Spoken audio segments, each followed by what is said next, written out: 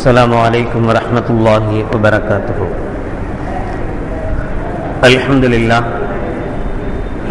الحمد لله نحمده ونستعينه ونستغفره ونعوذ بالله من شرور أنفسنا ومن سيئات أعمالنا.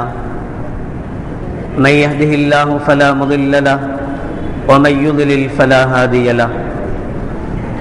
ونشهد أن لا إله إلا الله وحده لا شريك له ونشهد أن محمدا عبده ورسوله.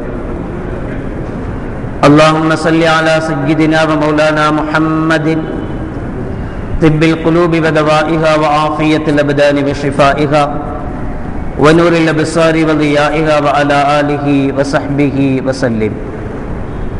أما بعد، فقد قال الله تعالى في القرآن العظيم والفرقان المجيد: أعوذ بالله من الشيطان الرجيم، بسم الله الرحمن الرحيم.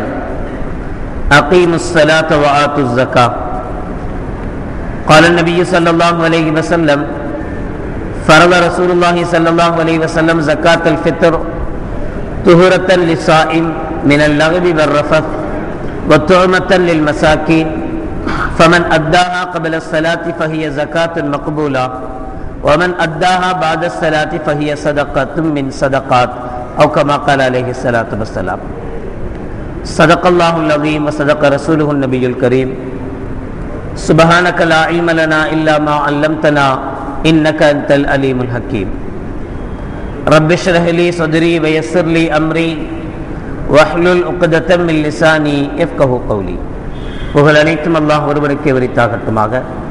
ஸலாத் என்னும் கருணையும் சலாம் என்னும் ஈரேற்றமும் ஈருலக சர்தார் பெருமானார் ரசூலே கரீம் ஸல்லல்லாஹு அலைஹி வஸல்லம் அவர்கள் மீதும் அவர்களுடைய அடிச்சுவடுகளை கடுகளவும் பிசகாது வாழ்ந்து வந்த உத்தம சத்திய சஹாபாக்கள், தாபியீன்கள், தபா தாபியீன்கள், நபிமார்கள், வலிமார்கள், ஷஹீதுகள் மற்றும் நம் அனைவர்கள் மீதும் ஏனைய இஸ்லாமியர்கள் மீதும் என்றென்றும் நிலவட்டுமாக. ஆமீன்.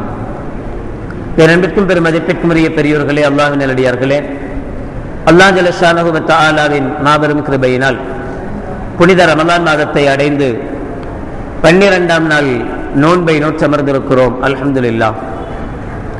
இன்று கொடுக்கப்பட்டிருக்கிற தலைப்பு ஃபித்ராவின் சட்டங்கள். ஃபித்ரா என்பது நோன்பு பெருநாளின் பிறை பார்த்த பிறகு கடமையாகக்கூடிய ஒரு தர்மம், ஒரு ஜக்காத். எதற்காக இந்த ஃபித்ரா என்கிற விஷயத்தை கண்மணி நாயகம் ஸல்லல்லாஹு அலைஹி வஸல்லம் அவர்கள் சொல்வார்கள். இப்னு மாஜாவின் 1727வது ஹதீஸாக பதியப்பட்டிருக்கும். இப்னு அப்பாஸ் ரலியல்லாஹு தஆலா அவர்கள் சொல்கிறார்கள்: ஃபரத ரசூலுல்லாஹி ஸல்லல்லாஹு அலைஹி வஸல்லம் ஜக்காத்தல் ஃபித்ரி. இந்த ஃபித்ருடைய ஜக்காத்தை, சதக்காவை கண்மணி நாயகம் ஸல்லல்லாஹு அலைஹி வஸல்லம் அவர்கள் கடமையாக்கினார்கள். துஹுரத்தன் லிஸ்ஸாயிமி மினல் லஹ்வி வர்ரஃபதி. நோன்பு நோற்றிருக்கிற நோன்பாளி தேவையில்லாத வீண் பேச்சுக்களில் ஈடுபடுவது, வீண் செயல்களில் ஈடுபடுவது, இவைகள் அந்த நோன்பினுடைய பலனை குறைத்துவிடும். அந்த குறைத்துவிட்ட பலனை நிவர்த்தி செய்வதற்காக வேண்டி சதக்கத்துல் ஃபித்ர் என்கிற ஜக்காத்துல் ஃபித்ரை கண்மணி நாயகம் ஸல்லல்லாஹு அலைஹி வஸல்லம் அவர்கள் கடமையாக்கினார்கள் என்று சொல்வார்கள். பொதுவாக நோன்பு என்பது வெறும் பட்டினி கிடப்பதற்கு பெயர் அல்ல. நம்முடைய ஒவ்வொரு அவயங்களும், ஒவ்வொரு உறுப்புகளும் நோன்பிருக்க வேண்டும். நம்முடைய கண்ணும் நோன்பிருக்க வேண்டும், காதும் நோன்பிருக்க வேண்டும், கைகளும் கால்களும் நோன்பிருக்க வேண்டும். ஒவ்வொரு உறுப்புகளும், ஒவ்வொரு அவயங்களும் நோன்பிருப்பதுதான் முறை. அதுதான் முழுமையான நோன்பாக அமையும். ஆனாலும் ஒருவர் நோன்பு வைத்துக் கொண்டு போய் பேசுகிறார், நோன்பு வைத்துக் கொண்டு புறம் பேசுகிறார், நோன்பு வைத்துக் கொண்டு அடுத்தவரை பற்றிய கீபத்து பேசுகிறார் என்றால் அவருடைய நோன்பை அது பாதிக்காது, நோன்பு முறியாது. ஆனாலும் நோன்பினுடைய நன்மைகளை பாதிக்கும். முழுமையான நோன்புக்கு என்ன கூலி கிடைக்க வேண்டுமோ அந்த கூலியை இது போன்ற செயல்கள் குறைக்கும், அதனுடைய சவாபுகளை குறைக்கும், நன்மைகளை குறைக்கும். எனவே இந்த குறைந்த நன்மைகள் ஜக்காத்துல் ஃபித்ர் என்று சொல்லக்கூடிய அந்த ஃபித்ராவினுடைய தொகையின் மூலமாக, அன்பளிப்புகளின் மூலமாக நிவர்த்தி செய்யப்படுவதாக கண்மணி நாயகம் ஸல்லல்லாஹு அலைஹி வஸல்லம் அவர்கள் சொல்லுவார்கள். வேறொரு ஹதீஸிலே இடம்பெற்றிருக்கும், அல்லாஹ் ஜல்ல ஷானஹு வ தஆலா ஃபர்லான வணக்கங்களில் ஏற்படக்கூடிய சிறு சிறு குறைகளை நஃபீலான சுன்னத்தான வணக்கங்களை கொண்டு அல்லாஹ் நிவர்த்தி செய்வான். அல்லாஹ் அக்பர் என்று தக்பீர் கட்டியவுடன் அல்லாஹ்வை தவிர வேறு எந்த ஞாபகமும் வரக்கூடாது என்பதுதான் நியதி. ஒரு முழுமையான தொழுகை என்பது, சரியான தொழுகை என்பது இப்படித்தான் இருக்க வேண்டும். தக்பீர் கட்டியவுடன் அல்லாஹ்வின் ஞாபகம் தான் இருக்க வேண்டும், எந்த ஞாபகமும் இருக்கக்கூடாதுதான். ஆனாலும் நம்மால் முடிவதில்லை. பிரச்சனைகள் பல இருக்கிறது. தக்பீர் கட்டியவுடன் தான் எல்லா பிரச்சனைகளுக்கும் தீர்வும் கிடைக்கிறது. அந்த சமயத்திலே தான் எல்லாத்தையும் மொத்தமா சேர்த்து கணக்கு பார்க்க வேண்டியது இருக்கிறது. காரணம் அப்பதான் யாருடைய டிஸ்டர்பன்ஸும் இல்லை, மைண்ட் ஒரே சிந்தனையில் இருக்கிறது. அப்ப எல்லா உலக காரியங்களும் அந்த சமயத்துல தான் நமக்கு ஓடுது. இப்படி செய்வது தொழுகையை முறிக்காது. தொழுதுட்டார், தொழுகையினுடைய கடமை முடிஞ்சு போயிடும். ஆனாலும் தொழுகையினுடைய நன்மைகளை பாதிக்கும். முழுமையான தொழுகைக்கு என்ன நன்மைகள் கிடைக்க வேண்டுமோ அந்த நன்மைகளை இறைவனுடைய அச்சமில்லாமல் வேறு ஞாபகங்களில் தொழக்கூடிய தொழுகையினால் நன்மைகள் பாதிப்புக்குறதாகும். ஆனால் நாம் தொழக்கூடிய சுன்னத்தான தொழுகைகள், நஃபீலான தொழுகைகள், இவைகளின் மூலமாக இந்த ஃபர்தான தொழுகைகளில் ஏற்படக்கூடிய குறைகள் நீக்கப்படும், நிவர்த்தி செய்யப்படும். இப்படி ஒவ்வொரு கடமையான விஷயங்கள், ஃபர்தான விஷயங்களில் ஏற்படக்கூடிய சிறு சிறு குறைகள் நஃபீலான சுன்னத்தான வணக்கங்களை கொண்டு நிவர்த்தி செய்யப்படுவதை போல நோன்பு கடமையான ஃபர்தான ஒரு வணக்கம். இந்த வணக்கத்திலே ஏற்படுகிற சில குறைகள், சில பிரச்சனைகளை இந்த ஃபித்ரா என்கிற தொகையின் மூலமாக, ஜக்காத்தின் மூலமாக, சதக்காவின் மூலமாக நிவர்த்தி செய்யப்படும் என்று கண்மணி நாயகம் ஸல்லல்லாஹு அலைஹி வஸல்லம் அவர்கள் சொல்கிறார்கள். மட்டுமல்ல, வத்துஉமத்தன் லில் மசாக்கீன், இந்த ஃபித்ரா மிஸ்கின்களுக்கு, ஏழைகளுக்கு உணவாகவும் அமைகிறது. அவங்க அன்னைக்கு சாப்பிடக்கூடிய உணவு அவர்களுக்கு கிடைத்து விடுகிறது என்று இந்த ஃபித்ராவினுடைய காரணத்தை கண்மணி நாயகம் ஸல்லல்லாஹு அலைஹி வஸல்லம் அவர்கள் சொல்லி காட்டுவார்கள். இதனால் தான் ஃபித்ரா கடமை. நோன்பாளியினுடைய குறைகளை நிறைவு செய்வதற்காக வேண்டியும், மிஸ்கின்களுக்கு, ஏழைகளுக்கு வயிறார உண்ண வேண்டும் என்பதற்காக வேண்டியும் தான் இந்த ஃபித்ரா கடமையாக்கப்பட்டிருக்கிறது. அடுத்து இந்த ஃபித்ரா யாருக்கு கடமை, யார் கொடுக்கணும்? இமாம் ஷாஃபி ரஹ்மத்துல்லாஹி அலைஹி அவர்கள் சொல்வார்கள், ஒரு மனிதன் பெருநாள் தினத்தன்று, பெருநாளைக்கு அந்த ஒரு நாளுக்குண்டான தான், தன்னுடைய மனைவி மக்கள், தான் யாருக்கெல்லாம் உணவளிப்பது, ஜீவனாம்சம் கொடுப்பது கடமையோ, அத்தா அம்மா இவங்களுக்கெல்லாம் கடமை, கண்டிப்பா கொடுத்துதான். அண்ணன் தம்பி அவங்களுக்கெல்லாம் கடமை அல்ல. செய்வது நல்லது, உறவினர்களை சேர்த்து வாழ்வது நல்லது. ஆனா அண்ணன் தம்பி கொடுக்கிறது கடமை அல்ல. நம்முடைய கடமை, நம் கீழ் யாருக்கெல்லாம் கடமை, நம்ம பிள்ளைக்கு, நம்மளுடைய மனைவிக்கு, நம்முடைய அத்தா அம்மாவுக்கு, இவர்களுக்கு கண்டிப்பாக கொடுத்துதான் ஆகணும். நம்ம அவங்களுக்கு வயிறார சாப்பாடு கொடுக்கணும், அவர்களுக்கு ஆடைகள் கொடுக்கணும், இதெல்லாம் நம்முடைய கடமை. இப்படி யாருக்கு கடமை இருக்கிறதோ இவர்களுக்கும் எனக்கும், இவர்களுடைய ஒரு நாள் செலவு போக, பெருநாளைக்கு உண்டான ஒரு நாள் செலவு போக மீதம் உண்டான பணம் ஃபித்ரா கொடுப்பதற்குரிய தகுதி இருந்தால், ஃபித்ராவுக்கு உண்டான காசு, ஃபித்ராவுடைய அளவை பொறுத்தவரை ஷாஃபி இமாம் அவர்கள் சொல்வார்கள் 2 கிலோ 400 கிராம் கோதுமை, கோதுமை இல்ல 3 gram 3 kilo 200 gram 3 kilo 200 gram அரிசி அல்லது கோதுமை, ரெண்டில் ஏதோ ஒன்று. இப்ப சாதாரணமாக 25 ரூபாய்க்கு ஒருத்தர் அரிசி வாங்கி சாப்பிட்றான்னு வச்சுக்குவோம். 25 ரூபாய் ஒரு கிலோ அரிசி என்றால் 3 கிலோ 200 கிராம்ங்கிறது கிட்டத்தட்ட 100 ரூபாய் ஆயிடுச்சு. 90 ரூபாய் 100 ரூபாய். இந்த 90 ரூபாய் 80 ரூபாய் கரெக்டா வருது இல்லையா? 3 கிலோ 200 கிராம் 80 ரூபாய் சரியாக. 80 ரூபாய் ஒருத்தர்கிட்ட இருக்குது என்றால் இவர் மேல ஃபித்ரா கொடுக்கிறது கடமை, இவர் அந்த ஃபித்ராவை கொடுத்தாகணும். இந்த செலவு அப்படின்னு சொல்றதுல ஹராமான செலவுகள் சேர்க்கப்படக்கூடாது.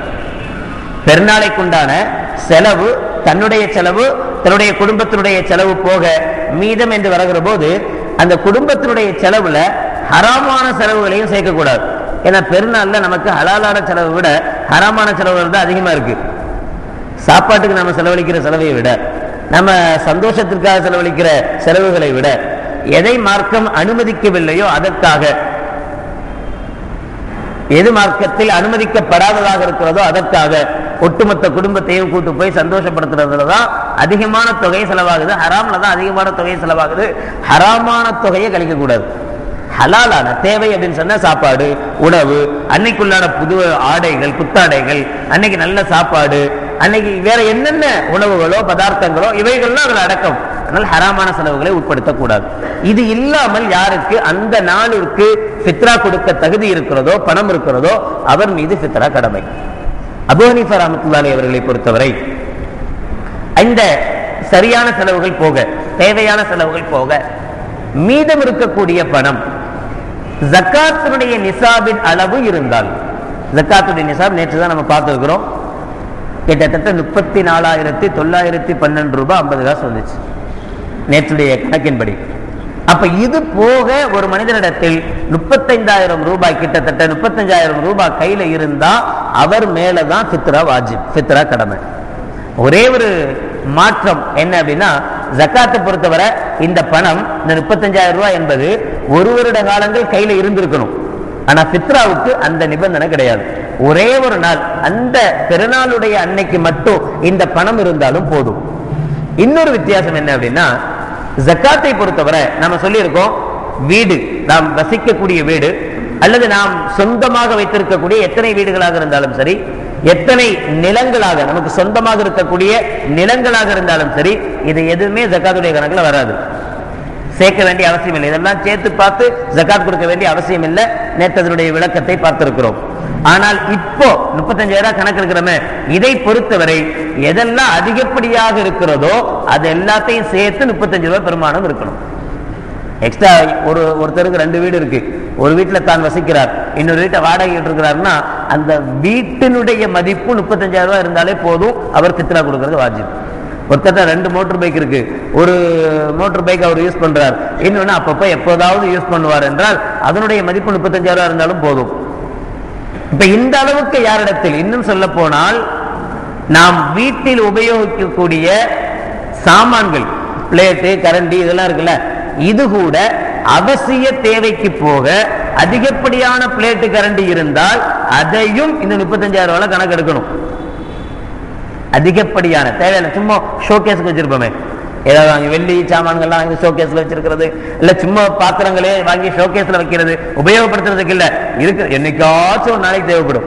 இல்ல பெரிய அண்டா, மொத்தமா 100 பேர் 200 பேருக்கு ஆக்குற மாதிரி பெரும் பெரும் அண்டாக்கள், இது எப்போதும் புழங்கக்கூடிய பாத்திரம் கிடையாது, என்னைக்காவது புழங்கப்படக்கூடிய பாத்திரம். இவைகளையும் சேர்த்து 35,000 ரூபாய் இருந்தாலே அவர் ஃபித்ரா கொடுக்கிறது வாஜிபாயிடும் அவர் மேல. இப்படி எதுவும் இல்லாமல் இருந்தால் மட்டுமே ஃபித்ரா அவருக்கு கொடுக்க வேண்டாம் என்று சொல்லப்படுமே தவிர, இல்லையானால் இப்படிப்பட்ட நிலையில் இருக்கிற ஒவ்வொருவர்களுக்கும் ஃபித்ரா கொடுப்பது வாஜிபாகும் என்பது அபூ ஹனீஃபா ரஹ்மத்துல்லாஹி அலைஹி அவர்களுடைய சொல்லின்படி உண்டான நிலவு. இனி எவ்வளவு கடமை? அப்துல்லாஹ் பின் உமர் ரலியல்லாஹு அன்ஹு அவர்கள் அறிவிப்பார்கள், புகாரி முஸ்லிம் இடம்பெற்றிருக்கிற ஹதீஸ், அன்ன ரசூலுல்லாஹி ஸல்லல்லாஹு அலைஹி வஸல்லம் ஃபரத ஸகாத்தல் ஃபித்ரி மின் ரமலான் சாஅன் மின் தம்ரின் அவ் சாஅன் மின் ஷஈரின். ரமலானுடைய ஜக்காத்துல் ஃபித்ரை நபிகள் நாயகம் ஸல்லல்லாஹு அலைஹி வஸல்லம் அவர்கள் கடமையாக்கினார்கள். ஒரு சா பேரித்தம்பழம் அல்லது ஒரு சா கோதுமை. இதனுடைய அளவு, சா என்பது அந்த அரபிகளிடத்தில், அதுவும் அந்த காலத்தில் இருந்த ஒரு அளவனுடைய நிலை. அந்த அளவனுடைய நிலையை இந்த காலத்தின் கணக்கின்படி, நம்முடைய வழக்கத்தில் இருக்கிற நிர்வாகிகளின்படி எடுக்கப்பட்ட முடிவின்படிதான் அபூ ஹனீஃபா ரஹ்மத்துல்லாஹி அலைஹி ஹனஃபி மذஹபை சார்ந்தவர்களுக்கு 2 கிலோ 400 கிராம் கோதுமை அல்லது அதனுடைய கிரயம், 2 கிலோ 400 கிராம் கோதுமை அல்லது அதனுடைய கிரயம். இந்த கோதுமை வெளி மார்க்கெட்ல, பஜார்ல என்ன விற்பனையாகக்கூடிய ரேட் எவ்வளவோ அந்த ரேட்டை கணக்கு வச்சு, அல்லது ரேஷன் கடையில் விற்கிற ரேட்டோ அல்லது நாம் மொத்தமாக வாங்கும் போது உள்ள ரேட்டையோ குறிப்பிடக்கூடாது. வெளி மார்க்கெட்ல, வெளிச்சந்தையில அன்னைக்கு, பெருநாள் அன்னைக்கு என்ன ரேட் கொடுக்கப்படுகிறதோ அந்த ரேட் குறிப்பிடப்பட வேண்டும். அந்த ரேட்டுக்குண்டான அரிசி வாங்கி கொடுக்கலாம் அல்லது அதனுடைய பணத்தையும் கொடுக்கலாம் ஹனஃபி மذஹபை சார்ந்தவர்கள். ஷாஃபி ரஹ்மத்துல்லாஹி அவர்கள் சொல்வார்கள் 3 கிலோ 200 கிராம் அரிசி, நாம் சாப்பிடக்கூடிய அரிசி, அதாவது தானியம், எந்தெந்த இடங்களில் எதை உணவாக உட்கொள்ளப்படுகிறதோ அது. நம்மை பொறுத்தவரை அரிசி தான் உணவு அப்படின்னு சொன்னா அரிசி 3 கிலோ 200 கிராம் அரிசி அல்லது கோதுமை. ஆனால் கிரயத்தை கொடுப்பதை இமாம் ஷாஃபி ரஹ்மத்துல்லாஹி அலைஹி அவர்கள் தடுத்திருக்கிறார்கள். கொடுக்கணும், அரிசியை தான் கொடுக்கணும். ஸல்லல்லாஹு அலைஹி வஸல்லம் அவர்கள் தானியங்களை தான் கொடுக்க சொல்றாங்க. காரணம் என்ன அப்படின்னா, இங்க துஅமத்தன் லில் மசாக்கீன், மிஸ்கின்களுக்கு உணவாக என்றுதான் ஸல்லல்லாஹு அலைஹி வஸல்லம் அவர்கள் குறிப்பிடுகிறார்கள். எனவே அரிசி தான் கொடுக்கப்பட வேண்டும். கிரயம் ஷாஃபி மذஹபை பொறுத்தவரை கொடுக்கப்படக்கூடாது, கொடுக்கக்கூடாது. அதே போல யார் யாருக்கெல்லாம் இந்த ஜகாத்துல் ஃபித்ர் சதகத்துல் ஃபித்ர் என்பது கொடுக்கப்பட வேண்டும்? பொதுவா நம்மள்ட்ட இருக்கக்கூடிய ஒரு நம்பிக்கை என்ன அப்படின்னா, யார் நோன்பு வைக்கிறாங்களோ அவங்களுக்கு ஃபித்ரா கொடுக்கணும், நோன்பு வைக்காதவங்களுக்குலாம் ஃபித்ரா கொடுக்க வேண்டிய அவசியம் இல்லை என்கிற ஒரு தவறான ஒரு எண்ணம் நம்ம இடத்தில் பரவுகிறது. அது ரொம்ப ரொம்ப தப்பு. காரணம், கண்மணி நாயகம் ஸல்லல்லாஹு அலைஹி வஸல்லம் அவர்கள் சொல்கிறார்கள், அப்துல்லா பின் உமர் ரலியல்லாஹு அன்ஹுடைய அறிவிப்பில், ஃபரத ரசூலுல்லாஹி ஸல்லல்லாஹு அலைஹி வஸல்லம் அலா குல்லி ஹுர்ரின் அவ் அப்தின் ذكرின் அவ் உன்சா மினல் முஸ்லிமீன், சுதந்திரமான மனிதனாக இருந்தாலும் சரி, அடிமையாக இருந்தாலும் சரி, ஆணாக இருந்தாலும் சரி, பெண்ணாக இருந்தாலும் சரி, எல்லோரின் மீதும் ஜகாத்துல் ஃபித்ர் என்பது கடமை. இன்னும் சொல்வதானால், அன்று பிறக்கிற குழந்தையின் மீதும் ஜகாத்துல் ஃபித்ர் வாஜிபாகும். நம் வீட்டில் இருக்கக்கூடிய கை குழந்தைகள் இருக்குமா இல்லையா, அந்த கை குழந்தைக்காக வேண்டியும் ஜகாத்துல் ஃபித்ர் கொடுக்கணும். அதே அளவு பஸ்ல போனா பெரியவங்களா இருந்தா ஃபுல் டிக்கெட்டு, சின்ன பிள்ளைங்களா இருந்தா ஆஃப் டிக்கெட்டு அப்படின்லாம் கணக்கு இருக்குது. அதே மாதிரி இங்கேயும் நம்ம என்ன செஞ்சிடக்கூடாது, சின்ன பிள்ளை தானே 3 கிலோ 200 கிராம்னா அப்போ 1 கிலோ 600 கிராம் கொடுத்தா போதும் அப்படின்னு ஆஃப் டிக்கெட்ல கணக்கு போடக்கூடாது. இது முழுக்க முழுக்க எவ்வளவு சின்ன குழந்தையாக இருந்தாலும் பரவாயில்ல, அதுக்கும் முழு டிக்கெட் தான். இங்க அதுக்கும் முழுமையான ஜகாத்துல் ஃபித்ர் தான் நிறைவேற்றப்பட வேண்டும். இதை அந்தந்த சமயங்களில் உள்ள நம்ம ஜகாத்துடைய விஷயத்துல நேற்று பார்த்தோம். அபூ ஹனீஃபா ரஹ்மத்துல்லாஹி அலைஹி சொன்னாங்க, ஒரு சிறுவருக்கு ஜகாத்துடைய நிசாப் 35,000 ரூபாய்க்கு அதிகமாக சொத்து இருக்கு. அந்த சொத்து 1 வருட காலங்கள் அந்த பிள்ளையினுடைய அக்கௌண்ட்லயே இருந்தாலும் அந்த குழந்தையினுடைய அந்த பொருளுக்கு ஜகாத் கடமை இல்லைன்னு சொன்னாங்க. ஆனா இமாம் ஷாஃபி ரஹ்மத்துல்லாஹி அலைஹி கடமைன்னு சொன்னாங்க. ஆனா இங்க ஜகாத்துல் ஃபித்ர் பொறுத்தவரை அபூ ஹனீஃபா ரஹ்மத்துல்லாஹி அலைஹி அவர்களும் சொல்றாங்க, ஒரு குழந்தையினுடைய பொருள் இந்த அளவுக்கு 35,000 ரூபாய் ஒரு சமயத்தில், 1 வருடம் வேணாம், அந்த சமயத்தில் 35,000 ரூபாய் இருந்தால் அந்த குழந்தையினுடைய பொருளில் இருந்தே சதகத்துல் ஃபித்ர் நிறைவேற்றப்படணும். ஆக எல்லோரிடத்திலேயும் குழந்தைக்காக வேண்டியும் ஜகாத்துல் ஃபித்ர் சதகத்துல் ஃபித்ர் கொடுக்கப்படணும் என்பதுதான். ஒரு ஆண் யார் யாருக்காக வேண்டி எல்லாம் ஜகாத்துல் ஃபித்ர் கொடுக்கணும்? யுஹ்ரிஜுஹு ரஜுலு அன் நஃப்ஸிஹி, தனக்காக, வன் அவுலாதிஹி ஸிகாரில் ஃபுகராஇ, தன்னுடைய ஏழை குழந்தைக்காக. ஏழை குழந்தைன்னா அந்த பிள்ளையினுடைய அக்கவுண்ட்ல 35,000 ரூபாய் இல்லை, அந்த பிள்ளைக்கு சம்பாத்தியமே எதுவுமே கிடையாது. அப்படிப்பட்ட சின்ன பிள்ளைகளுக்காக தான் கொடுக்கணும். 2, வைன்கானும் அக்னியா அல்லஹு, ஒருவேளை அந்த குழந்தைகளுக்கு தனி அக்கவுண்ட் இருக்குமேயானால் ஐ யுஹ்ரிஜுஹா மின் அம்வாலிஹிம், அவர்களுடைய பணத்திலிருந்தே எடுத்து கொடுக்கலாம்.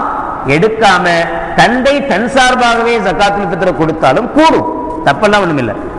உங்களுக்கு கொடுக்க மனசு இல்லைன்னா அதையாவது எடுத்து கொடுங்கன்றதுதான் அதனுடைய அர்த்தமே தவிர நீங்க கொடுத்தா கூடாது என்கிற அர்த்தம் இல்லை. நீங்க உங்க பிள்ளைங்களுக்காக கொடுத்துட்டீங்கன்னா அல்ஹம்துலில்லாஹ் ரொம்ப சந்தோஷம்.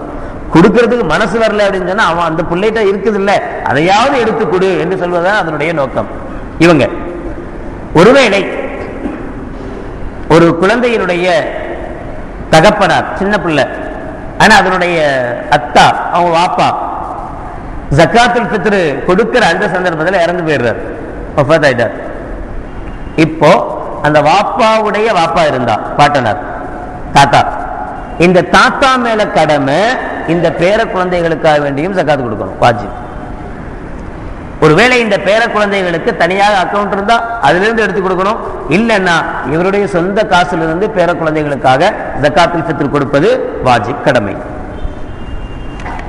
அதே போல ஒரு வயது வந்த பையன், பெரிய பையன், பெரிய பையன் ஆயிட்டார், நம்மளுடைய மகன் தான், ஆனா பெரிய பையன் ஆயிட்டான்.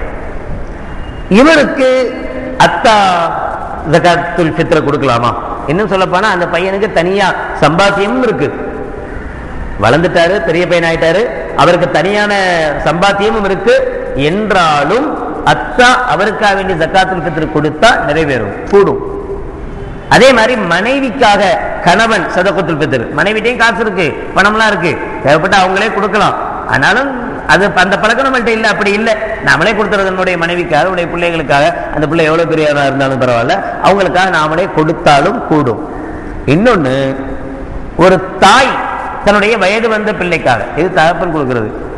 ஒரு அம்மா தன்னுடைய வயது வந்த சம்பாத்தியம் உள்ள ஒரு பிள்ளைக்காக கொடுத்தால், ஜகாத்துல் ஃபித்ரை கொடுத்தா நிறைவேறுமா அப்படின்னு கேட்டா, அந்த மகனுடைய அனுமதி இருந்தால் மட்டுமே நிறைவேறும்.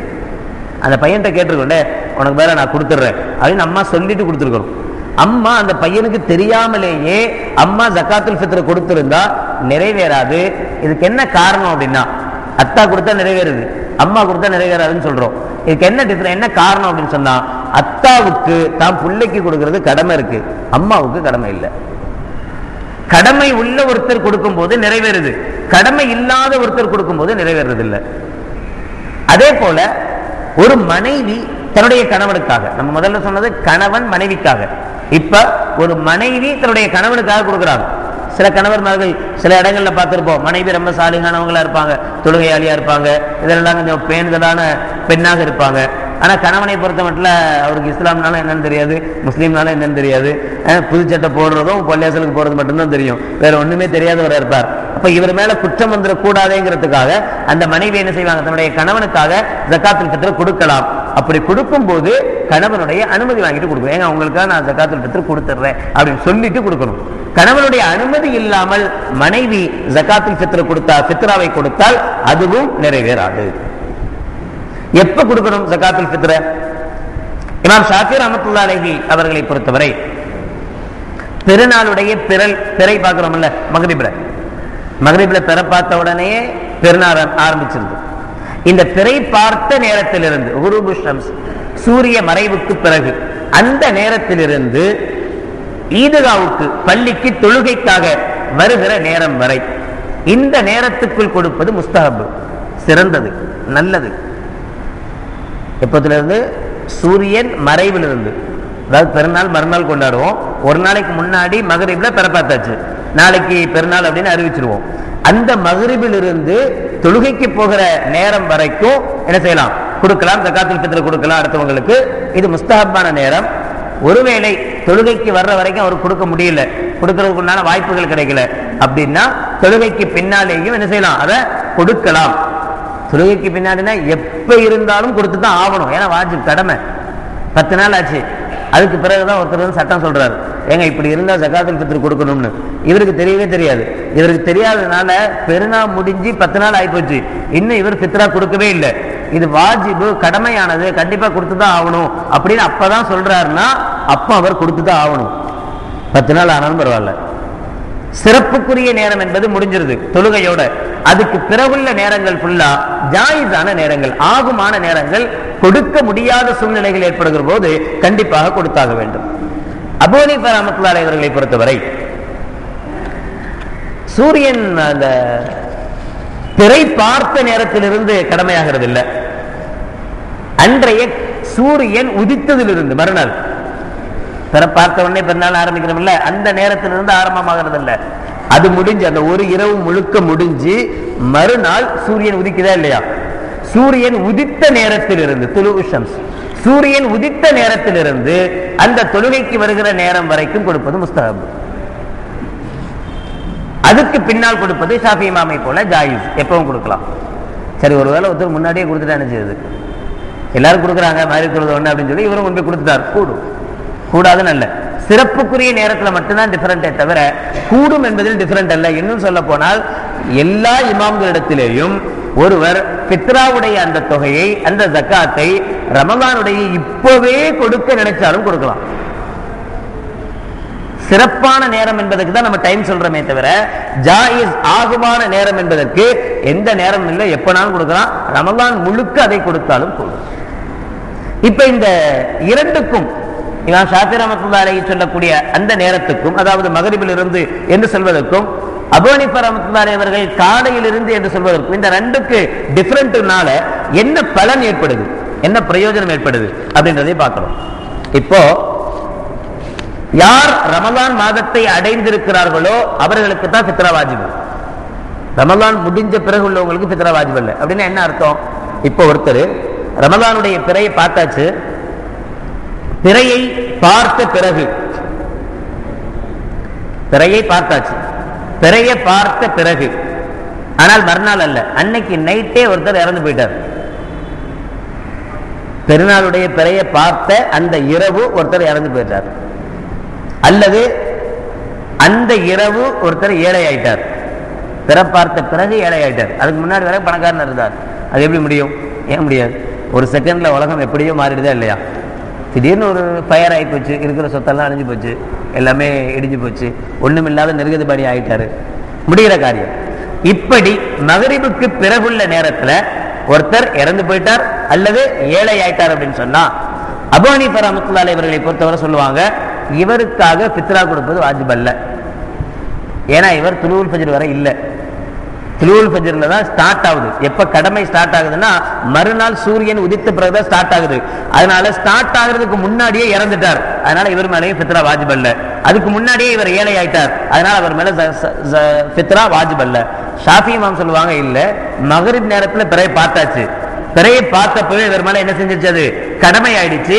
இவர் கொடுக்காம இருந்தால் இப்ப இவருக்காக, இறந்து போனவருக்காக அவருடைய வாரிசுகள் கொடுப்பது வாஜிப்.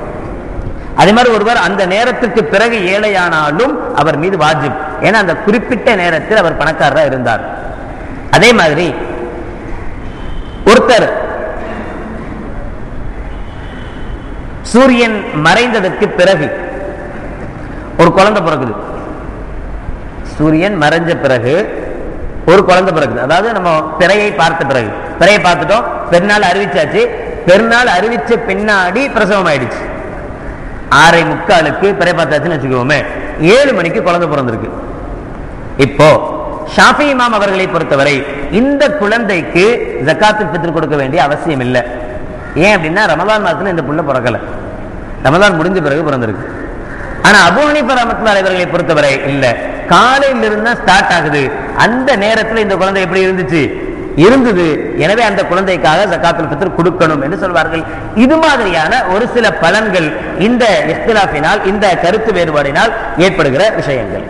அதே போல ஒருவேளை நாம் அந்த தொழுகையினுடைய நேரம் வரைக்கும் கொடுக்காமல் தாமதப்படுத்தி பின்னாடி லேட்டா கொடுப்பதன் காரணத்தினால நபிகள் நாயகம் ஸல்லல்லாஹு அலைஹி வஸல்லம் அவர்கள் இப்படி ஒரு வார்த்தையை சொல்கிறார்கள், ஃபமன் அத்தாஹா கப்ல ஸலாத்தி, பெருநாளுடைய தொழுகையை தொழுவதற்கு முன்னால் ஒருத்தர் இந்த ஃபித்ராவை கொடுத்தால் ஃபஹிய ஸகாத்துன் மக்பூலத்துன், அது அல்லாஹ்விடத்தில் ஏற்றுக்கொள்ளப்பட்ட ஸகாத்தாகும், சதகாவாகும். வமன் அத்தாஹா பாத ஸலாத்தி, ஒருவர் பெருநாளுடைய தொழுகை முடிந்த பிறகு இந்த ஃபித்ராவை கொடுத்தால் ஃபஹிய ஸதகத்தும் மின் ஸதகாத், அது சாதாரணமான ஒரு தர்மத்தை போல முழு பலனையும் அது தராது. ஜகாத்துல் ஃபித்ருடைய முழு பயனையும் அது தராது என்று சொல்றார். யாருக்கு கொடுக்கணும்? அடுத்த கேள்வி, யாரு ஜகாத்துல் ஃபித்ர் கொடுக்க தகுதி இல்லையோ அவங்க வாங்கலாம், வாங்குறதுக்கு தகுதி உள்ளவங்க. ஷாஃபி இமாமை பொறுத்தவரை அன்றைய தேவைகள் போக ஒரு 80 ரூபாய் இவரால் கொடுக்க முடியாது, அந்த அளவுக்கு இவர்கிட்ட காசு இல்லை அப்படின்னா இவர் வாங்க தகுதி உள்ளவர். அபூ ஹனீஃபா ரஹ்மத்துல்லாஹி அலைஹி பொறுத்தவரை 35,000 ரூபாய் எக்ஸ்ட்ராவான பொருள்கள்லாம் சேர்த்து, அப்ப அதுக்கும் வழி இல்லை அப்படின்னு சொன்னா இவர் வாங்குவதற்கு தகுதி வாய்ந்தவர். ஒருவேளை இந்த ஜகாத்துல் ஃபித்ரை பொறுத்த மட்டும் எப்படி ஜகாத்தை காஃபிர்களுக்கு கொடுக்க கூடாதோ அதே மாதிரி ஜகாத்துல் ஃபித்ரும் காஃபிர்களுக்கு கொடுக்கப்படக்கூடாது. காரணம், தாரகுத்னியுடைய ஒரு ரிவாயத்தில் நபிகள் நாயகம் ஸல்லல்லாஹு அலைஹி வஸல்லம் அவர்கள் சொல்வார்கள், அக்னூஹும் அனித் தவாஃபி ஃபீ ஹாதல் யௌம், இந்த நாளிலேயும் அந்த மக்களை நீங்கள் அங்கங்கு போய் கையேந்துபவர்களாக ஆக்கிவிடாதீர்கள்.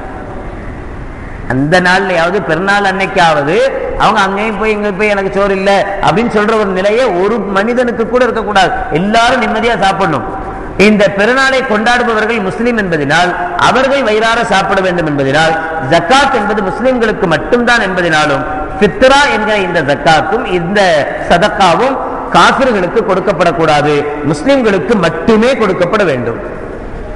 நம்ம இங்க பொறுத்த மட்டும் காலையில சுபு தொழுதுட்டு பைக்ல வருவோம், வரிசையா இங்க பயங்கரமான ஜனத்திரளா இருக்கும். யாராவது ஒருத்தருங்களுடைய யார் முக்காடு போட்டிருக்காங்களோ அவங்க கையில கொடுத்துட்டு நம்ம பாட்டில் போய்கிட்டே இருப்போமே தவிர அவங்க முஸ்லீமா காஃபிரா எந்த இது எதுவுமே நமக்கு என்ன செய்யாது, தெரியாது. பொதுவாக இது மாதிரி நான் விஷயத்தை நேற்று சொன்னதை போல நமக்கு தெரிந்தவர்களுக்கு கொடுப்பது நல்லது. ஒருவேளை அப்படி யாருமே இல்லை என்கிற பட்சத்தில் யார் தன்னை முஸ்லிமாக அடையாளப்படுத்தி கொண்டு நம்மிடத்தில் ஃபித்ராவை கேட்கிறாங்களோ அவங்கள்ட்ட நாம கொடுத்தா நம்முடைய கடமை நீங்கிடும். ஒருவேளை அவன் காஃபிராகவே இருந்தாலும் சரி. இன்னமல் அமாலு பின்னிய்யாத், அமல்கள் அனைத்தும் நிய்யத்தை பொறுத்து என்று கண்மணி நாயகம் ஸல்லல்லாஹு அலைஹி வஸல்லம் சொல்வார்கள். நாம் அந்த பெண்ணை அந்த நபரை நாம் முஸ்லிமாக கணித்துதான் கொடுத்தோமே தவிர காஃபிர்னு நினைச்சல்ல. உண்மையிலேயே அவர் காஃபிரா இருந்திருக்கிறார், நம்மளை ஏமாத்திருக்கிறார். அந்த குற்றத்தை அல்லாஹ்விடத்தில் அவர் வாங்கிக்குவாரே தவிர நமக்கு எந்த விதமான பாதிப்பையும் அந்த ஜகாத்துல் ஃபித்ர் ஏற்படுத்தாது. அந்த ஜகாத்துல் ஃபித்ரின் மூலமாக நமக்கு எந்த பாதிப்பும் ஏற்படுத்தாது. அது சரியான தர்மமாக அல்லாஹ்விடத்தில் ஏற்றுக்கொள்ளப்படும் என்று கண்மணி நாயகம் ஸல்லல்லாஹு அலைஹி வஸல்லம் அவர்கள் சொல்வார்கள். இறுதியாக ஃபித்ராவை பிரித்து கொடுக்கிறது 2 கிலோ. இதுல என்ன செய்யறது, ஒரு ஆளுக்கு 1 கிலோ, இன்னொரு ஆளுக்கு 1 கிலோ, இன்னொரு ஆளுக்கு அரை கிலோ, இப்படி கொடுக்கலாம்னா கொடுக்கலாம், தப்பெல்லாம் ஒண்ணுமில்லை. கொடுத்தாலும் ஃபித்ரா கூடும். ஆனாலும் ஒரு ஆளுக்குரிய ஃபித்ராவை ஒரே நபருக்கு கொடுப்பதே சிறந்தது. அந்த ஒருத்தராவது நிம்மதியா அன்னைக்கு என்ன செய்யணும், சாப்பிடணும். அதை விட இன்னும் நல்லதுன்னா நம்மளுடைய ஒட்டுமொத்த ஃபித்ராவையும், நம்மளுடைய குடும்பத்தினுடைய, நம்ம வீட்டில் எத்தனை பேர் இருக்கோமோ அத்தனை பேருக்கு உண்டான ஒட்டுமொத்த ஃபித்ராவையும் ஒரே நபருக்கு கொடுப்பதும் கூடும். ஒரே ஆளுக்கு. நம்ம வீட்டில் ஒரு வேலைக்காரமா இருக்கிறாங்க, அவங்க முஸ்லீம், ரொம்ப ஏழை, ரொம்ப வறியவங்களா இருக்கிறாங்க அப்படின்னா அவங்களுக்கே கூட நம்மளுடைய ஒட்டுமொத்த குடும்பத்தினுடைய ஃபித்ராவையும் கொடுக்கலாம். எப்படி கொடுக்கணும்னா ஃபித்ராவா தான் கொடுக்கணுமே தவிர சம்பளத்தில் கழிச்சிக்கிறேன்னு சொல்லக்கூடாது. அரிசி தான் கொடுத்துடலாமா, மூட்டை அரிசி வந்துருச்சா வீட்டுக்கு, ஆமா ஐயா இந்த மூட்டை அரிசி வந்துருச்சு, அது 1500 ஆச்சுமா, இதுல கழிச்சுக்கிறேன் அப்படின்னு சம்பளத்தில் கழிச்சிடக்கூடாது. அது ஃபித்ராவாக கொடுக்கப்படுது. அப்படி கொடுக்கப்பட்டால் ஜாயிஸ் கூடும். இதுவும் கண்மணி நாயகம் ஸல்லல்லாஹு அலைஹி வஸல்லம் அவர்கள் சொல்லித் தருகிறார்கள். அல்லாஹ் ஜல்ல ஷானஹு வ தஆலா புனிதமிகு ரமலானை முழுமையாக அடைந்து அதிலே அதிகம் நல்லமல்கள் புரிந்து இன்ஷா அல்லாஹ் பெருநாள் என்கிற அந்த திருநாளையும் அடைந்து ஃபித்ரா கொடுக்கும் பாக்கியத்தை நம் அனைவர்களுக்கும் அல்லாஹ் நசீபாக்கி தருவானாக. வாஹிரு தாவானா அனில் ஹம்துலில்லாஹி ரப்பில் ஆலமீன்.